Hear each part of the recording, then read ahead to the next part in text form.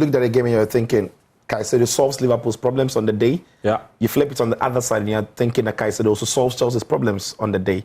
The more reason why the two clubs were very much interested in getting him. And the prize money is that the transfer monies that these clubs were mentioned were huge, right? Because Chelsea didn't think there was a second club coming in for Caicedo until Liverpool realized that they needed a DM, and so they have to find a way of paying it. 111 million they offered. In the end, Chelsea have him for 115 with some other conditions. But the point is simple. There aren't many players like Caicedo in the market as it stands.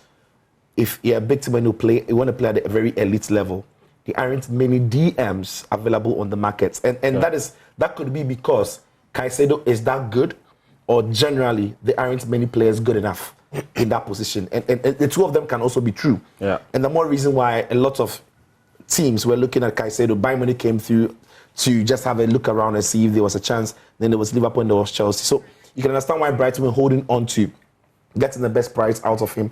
But on the day in itself, I thought it was a proper game of two halves. Or even for Chelsea, in Chelsea's perspective, it was a game of more than a half. Because when Chelsea got the equalizer, the game flipped. Yeah. And Chelsea, from that point, looked like the better side. And I think when in that first half, we saw Alexander-Arnold inverting a lot, getting into the midfield a lot. So Liverpool more or less had about 4 bodies in there, including Cody Gakpo, who was deployed in midfield alongside McAllister, Szoboszlai, and Trent, so 4. Meanwhile, Chelsea had 2 basically, because Chukwuemeka wasn't necessarily doing a midfield job.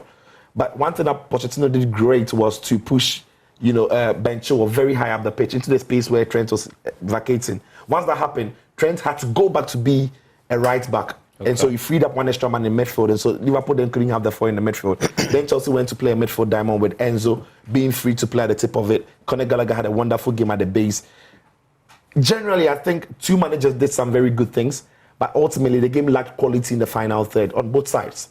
I mean, what the game, we liked the intensity, we liked how they play, we saw the abilities of these players on the pitch. But in most parts of the game, it lacked some bit of quality in the final third. Either the final pass or the final run or that little decision making wasn't there.